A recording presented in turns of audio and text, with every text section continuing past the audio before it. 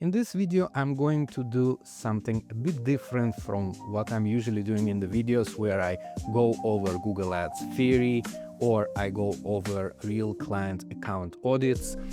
Basically, we have our Google Ads Masterclass community where our students ask a lot of relevant questions for Google Ads management. How do I start with the new campaign? Are my settings correct?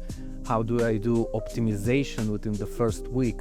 A lot of very common things that a lot of people who starting out with Google Ads actually need.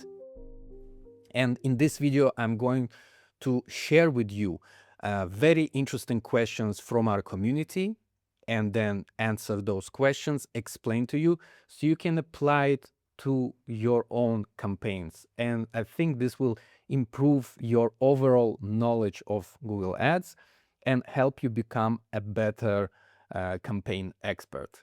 So with that said, let's start with question number 1 regarding enhanced conversions. So Ari from the community asked about implemented enhanced conversion that he did, and he noticed that there was a coverage jump from 75% to 100%. And then he asked why did the conversions didn't go up. So here's what 100% coverage actually means. Your setup is firing correctly and Google can match your conversion data with their first-party user data for the attribution purposes. That's it. It doesn't mean every conversion gets enhanced data attached to it because that depends on different things, especially how did you configure your conversion. You can enable enhanced conversion for some of them, but for that you need additional data parameters like email address, phone number, and this data you can receive only in the checkout or purchase conversions. You cannot receive this if a user clicks on a button on your website. It simply won't work. So you need to implement enhanced conversions in those late buying stages. Coverage measures setup quality, not conversion volume. So you shouldn't mix those two. Conversion numbers staying flat is exactly what should happen if the account is set up correctly. It should be 100%. Enhanced conversions, they don't create new conversions. What they actually do is improving the attribution accuracy over time. So the real payoff shows up in your attribution reports a few weeks in. You will start seeing keywords and campaigns that were getting uncredited receive their fair share back. And that's the real value. Let's move on to question number 2 regarding ad group structure.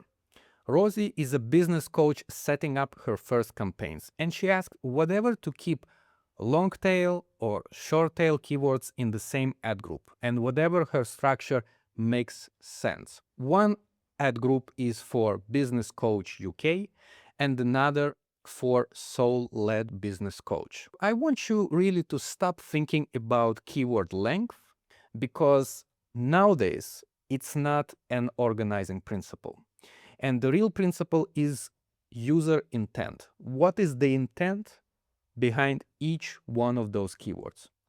For example, someone searching Business Coach UK is in awareness mode. This means they know they want a coach, but they don't know what kind, when. If we compare it to someone searching Soul-Led Business Coach, they know exactly what they want. And two different people at two different stages of the decision need a completely different approach. So overall, Rosie's structure is correct, and it has nothing to do with keyword length. It's because those two groups represent different intent and need a different ad copy, different bids, and maybe even different landing pages.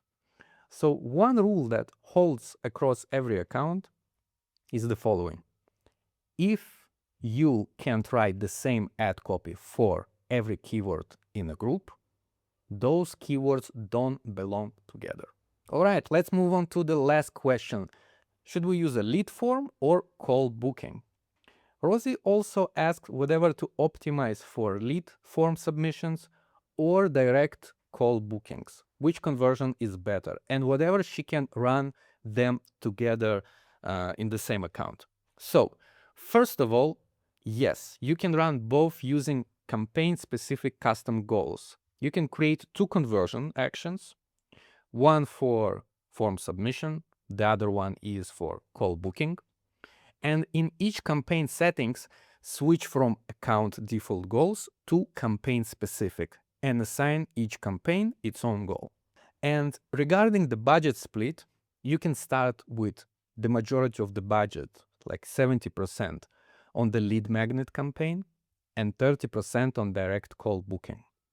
So form submissions will get you more conversion volume at the lower cost per conversion. That will feed your email nurture sequence and give the algorithm more data to work with and optimize. The direct call booking campaign catches your highest intent searches, but the volume there will be much lower, so it needs actually less budget to start. After creating these 2 campaigns, you can run them for at least 30 days and then just move budget to the winner, the one that gets more results. But remember, the result should be the bottom of the funnel, the most important action you want the user to take on your website. That's it for this video. If you have any questions like this, you can drop them in the comments and I will try to maybe include them in the upcoming video. And if you want the full system, there's a link to our masterclass in the description where you can participate in our community as well. That's it for this video. Thank you for watching, and as always, I'll see you in the next one.